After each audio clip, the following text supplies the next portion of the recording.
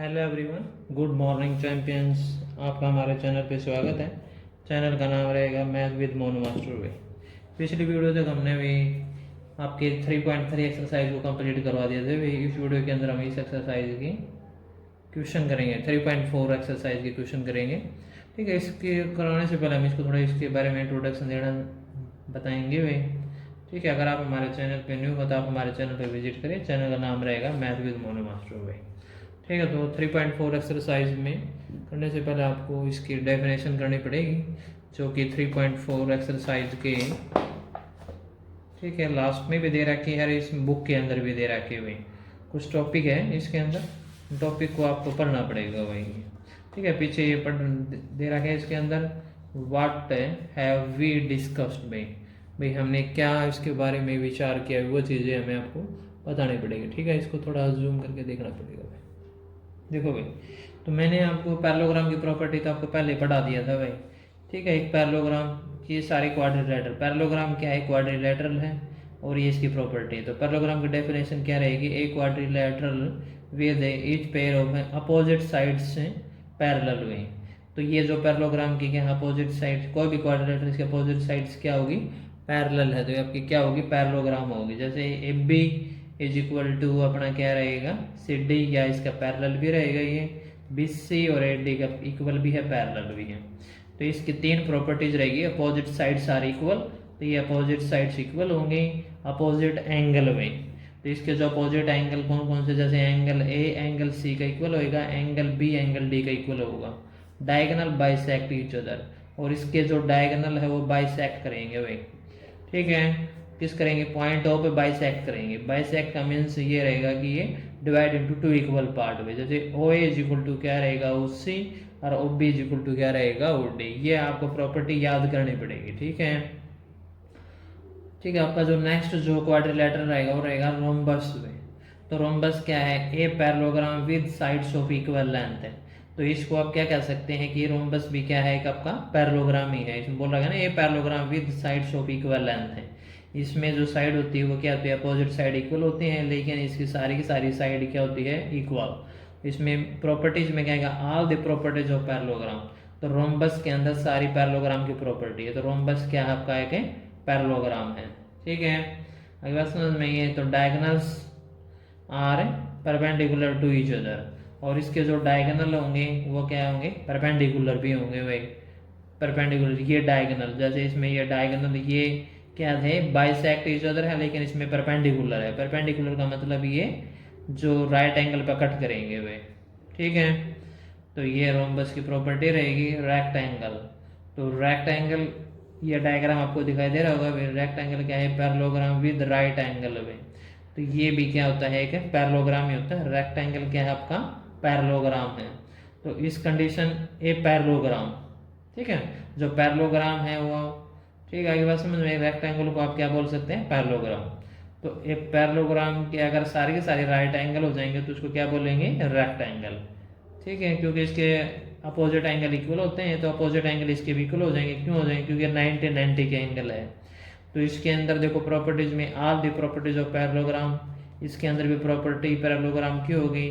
Each of angle is right angle, right angle मतलब 90 degree का, अरे एक एंगल 90 डिग्री का होगा। डायगोनल्स आर क्या होंगे, इक्वल, और इसके डायगोनल इक्वल होंगे भाई। ठीक है, तो आपको ये भी पूछा जाएगा कौन सी क्वाड्रिलेटरल जिसके डायगोनल इक्वल होते हैं, तो याद रखना रेक्टेंगल के डायगोनल क्या होते हैं, इक्वल। और नेक्स्ट रेक्टेंगल की प्रॉपर्टीज यहाँ तक आपको समझ में आ गया भाई। आप इसके बाद देखो भाई, स्क्वायर की प्रॉपर्टीज देखो भाई। तो स्क्वायर की प्रॉपर्टीज में क्या दे रखा है भाई, a rectangle with side of equal length भाई। तो एक स्क्वायर क्या होता है भाई, ठीक है, एक स्क्वायर क्या होगा, अगर रेक्टेंगल के सभी एंगल इक्वल हो जाएंगे तो आपका क्या हो जाएगा, वो स्क्वायर हो जाएगा। अगर रेक्टेंगल ही है, इस रेक्टेंगल के अगर सभी के सभी एंगल इक्वल है तो आपका क्या बनेगा, फिर वो स्क्वायर बन जाएगा। तो स्क्वायर के अंदर क्या होगा, all the properties of parallelogram, rhombus and rectangle. तो स्क्वायर के अंदर पैरेललोग्राम की, रोम्बस की और रेक्टेंगल की तीनों की प्रॉपर्टीज मिलेगी। जो पैरेललोग्राम की प्रॉपर्टी है वो स्क्वायर की है, जो रोम्बस की प्रॉपर्टी है वो भी स्क्वायर की प्रॉपर्टीज होगी, रेक्टेंगल की प्रॉपर्टीज वो स्क्वायर के अंदर मिलेगी, यानी कि तीनों की प्रॉपर्टीज स्क्वायर के अंदर मिलेगी। ठीक है, आगे बात समझ में आपको ये। तो नेक्स्ट देखो अभी, नेक्स्ट क्वाड्रिलेटरल काइट रहेगा भाई। तो काइट क्वाड्रिलेटरल क्या रहेगा, quadrilateral with exactly two pair of equal consecutive sides भाई। तो इसमें जो काइट जो क्वाड्रिलेटरल है इसकी दो पेयर जो होंगे वो इक्वल होंगे भाई, कंसेक्यूटिव साइड। जैसे एफ बी के कंसेक्यूटिव साइड कंसेक्यूटिव होते हैं लगातार, तो एफ बी के कंसेक्यूटिव जो साइड रहेगी कंसेक्यूटिव वो बी सी भी रहेगी एफ बी के, ठीक है, और ए डी रहेगी। तो हमें कौन से इसमें एफ बी का ए डी इक्वल रहेगा, तो ये पेयर बनेगा। और बी सी के जो कंसेक्यूटिव साइड है वो आपकी सी डी भी रहेगी और ए बी भी रहेगी, तो बी सी के इक्वल क्या लेंगे हम, सी डी लेंगे। तो इस तरह ये दो पेयर इक्वल हो जाएंगे, B C is equal to C D, A B is equal to A D, ठीक है। इसकी प्रॉपर्टीज क्या रहेगी, इसके जो डायगोनल होंगे the diagonals are perpendicular to one another, और इसके डायगोनल होंगे वो क्या होंगे, परपेंडिकुलर होंगे भाई, ठीक है, परपेंडिकुलर जो राइट एंगल पे इंटरसेक्ट करेंगे। सेकंड पॉइंट क्या रहेगा, one of the diagonal bisect of the other, और एक डायगोनल इसका बाइसेक्ट करेगा भाई, ठीक है। बाइसेक्ट का मतलब होता है divide into two equal part भाई। और वो कौन सा डायगोनल होगा, वो बी डी डायगोनल होगा। बी डी डायगोनल बीच में मान लो वो पॉइंट आ गया तो O D is equal to O B होगा, और ओ सी डायगोनल जो होगा ओ ए सी डायगोनल वो O A is not equal to O C होएगा भाई, ठीक है। ये चीज़ें मैंने आपको एक जो प्रीवियस एक्सरसाइज उसके अंदर एक काइट क्वाड्रिलेटरल क्वेश्चन आया था तो उसके बारे में मैंने आपको समझाया था, वही सारी बातें यहीं पे दी हुई।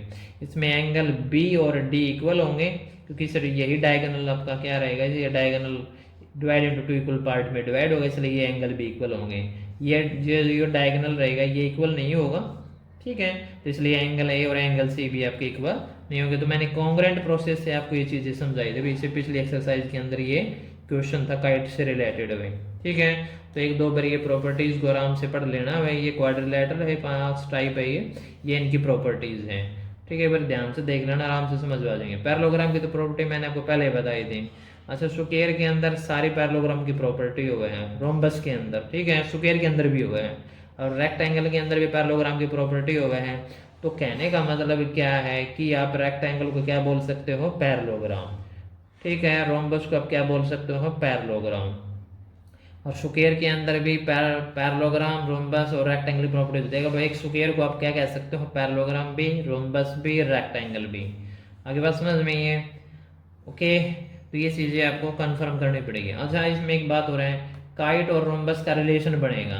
आप इस रोम्बस को क्या क्या बोल सकते हो, काइट क्वाड्रिलेटरल, रोम्बस, ठीक है। रोम्बस जो है वो क्या है, काइट क्वाड्रिलेटरल, लेकिन एक काइट क्वाड्रिलेटरल आपका रोम्बस नहीं हो सकता, ठीक है। इसकी जो प्रॉपर्टीज हैं वो सारी इसके अंदर नहीं मिलेगी, लेकिन काइट क्वाड्रिलेटरल की जितनी प्रॉपर्टीज हैं वो क्या रोम्बस के अंदर इंक्लूड होगी। इसलिए आप रोम्बस को क्या बोल सकते हो, काइट क्वाड्रिलेटरल, लेकिन काइट क्वाड्रिलेटरल को आप रोम्बस से नहीं बोल सकते हैं, ठीक है। ये चीज़ें आपको माइंड में रिफ्रेश रखनी पड़ेगी भाई। जैसे देखो इब क्या है, स्क्वायर के अंदर सारी की सारी प्रॉपर्टी पैरेललोग्राम की है, तो स्क्वायर को आप क्या बोल सकते हो, पैरेललोग्राम बोल सकते हो, लेकिन पैरेललोग्राम को आप स्क्वायर नहीं बोल सकते हैं। क्यों नहीं बोल सकते, देखो स्क्वायर के अंदर सारी की सारी प्रॉपर्टीज हैं, जो स्क्वायर की जो सारी प्रॉपर्टीज हैं, ठीक है, वो सारी इसके अंदर नहीं मिलेगी, इसलिए आप इसको स्क्वायर को पैरेललोग्राम नहीं बोल सकते हैं। समझ में आ गई बात ये, ओके। तो ये स्क्वायर की जो सारी प्रॉपर्टीज है वो इसके अंदर नहीं मिलेगी, ओके, और इसकी प्रॉपर्टीज के अंदर मिल जाएगी भाई। तो ये चीज़ें आप इनको ध्यान से एक दो बार देख लेना, आराम से पढ़ लेना, आपको समझ में आ जाएगा। अभी ठीक है, मन करके पढ़ते रहना, आगे बढ़ते रहना। अभी जय हिंद, जय भारत भाई।